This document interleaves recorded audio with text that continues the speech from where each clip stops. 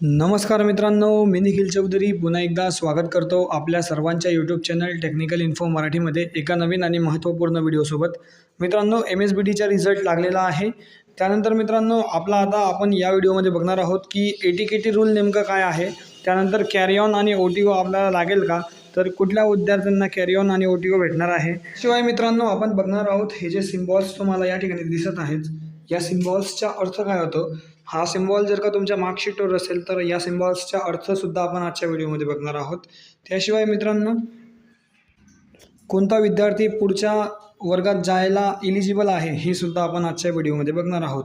मित्रांनो त्यापूर्वी आपण जर आपल्या चॅनलवर नवीन असाल तर चॅनलला सबस्क्राईब करा, जेणेकरून अशाच प्रकारचे MSBT रिलेटेड अपडेट आपल्याला वेळोवेळी भेटत राहतील. तर चला मित्रांनो, जराही वेळ न वाया घालवता व्हिडिओला स्टार्ट करूयात.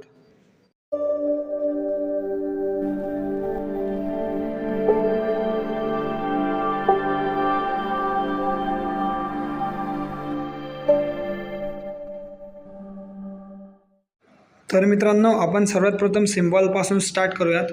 मित्रांनो सिम्बॉल्सवर आपण डिटेल व्हिडिओ बनवलेला आहे, त्या व्हिडिओची लिंक मी डिस्क्रिप्शनमध्ये दिली आहे. या ठिकाणी मी तुम्हाला थोडक्यात सिम्बॉल्सचा अर्थ तुम्हाला सांगणार आहे.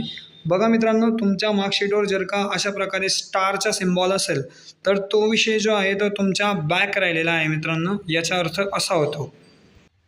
सोबतच मित्रांनो तुमच्या मार्कशीटवर जर का फेल असं नाव येत असेल तर या ठिकाणी तुम्ही 4 किंवा 4पेक्षा जास्त सब्जेक्ट जे आहेत ते बॅकलॉग राहिलेले आहेत.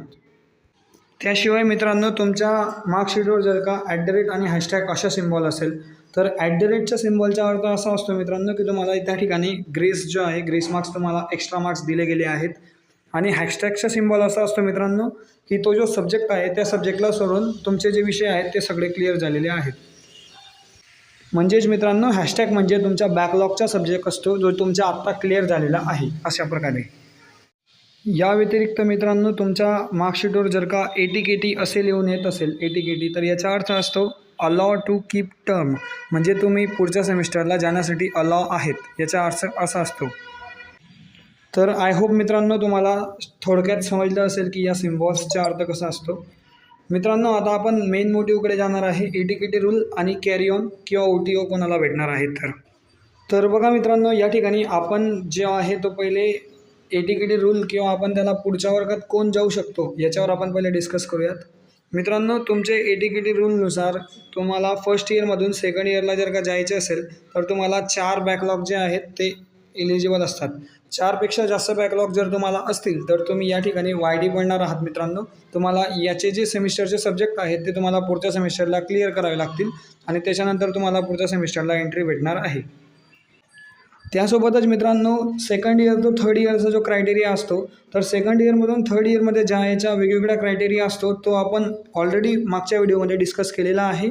तर त्या व्हिडिओची लिंक मी डिस्क्रिप्शनमध्ये दिली आहे आणि आय बटनला सुद्धा तो व्हिडिओ फ्लॅश होत असेल तर त्या ठिकाणी जाऊन तुम्ही तो व्हिडिओ चेक करू शकता. तर या ठिकाणी मित्रांनो समर 2024च्या बाबतीत कोणता विद्यार्थी फर्स्ट इयरपासून सेकंड इयरमध्ये जाणार आहे तर मित्रांनो बघा, ज्या विद्यार्थ्यांचे 4 बॅकलॉग जे असतील, 4 किंवा 4पेक्षा जास्त बॅकलॉग जर का त्यांचे असतील तर तो विद्यार्थी या ठिकाणी पुढच्या वर्गात जाऊ शकत नाही. 4 किंवा 4पेक्षा कमी असतील तर तो विद्यार्थी पुढच्या सेमिस्टरला म्हणजे सेकंड इयरला तो विद्यार्थी जाऊ शकतो. त्यासोबतच मित्रांनो second year to third year कोणत्या विद्यार्थी जाऊ शकतात तर बघा मित्रांनो यावेळेस म्हणजे समर 2024ला कॅरी ऑन जो आहे तो सेकंड इयरच्या विद्यार्थ्यांना दिला गेलेला आहे. तर त्यामुळे सेकंड इयरला सर्वच विद्यार्थी जे आहेत ते थर्ड इयरमध्ये जाऊ शकतात. कॅरी ऑनचा रूल मी तुम्हाला पुढे समजवणारच आहे. तर बघा मित्रांनो सेकंड इयरचे सर्व विद्यार्थी थर्ड इयरमध्ये जाऊ शकतात आणि फर्स्ट इयरमध्ये जर का तुमचे 4 किंवा 4पेक्षा कमी बॅकलॉग असतील तर तुम्ही फर्स्ट इयरला सेकंड इयरला जाऊ शकतात. तर बघा मित्रांनो आपण आता बघूयात की सेकंड इयरला कॅरी ऑन का भेटणार आहे.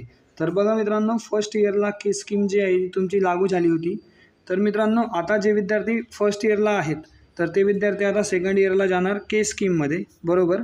त्यानंतर मित्रांनो हे जे विद्यार्थी आहेत हे थर्ड इयरला जेव्हा जातील तेव्हा त्यांना के स्कीम जी आहे ती अवेलेबल पाहिजे. तर त्यासाठी मित्रांनो बघा आता जे विद्यार्थी सेकंड इयरला आहेत तर बघा मित्रांनो आता जे विद्यार्थी सेकंड इयरला आहेत त्या विद्यार्थ्यांची स्कीम आय स्कीम आहे.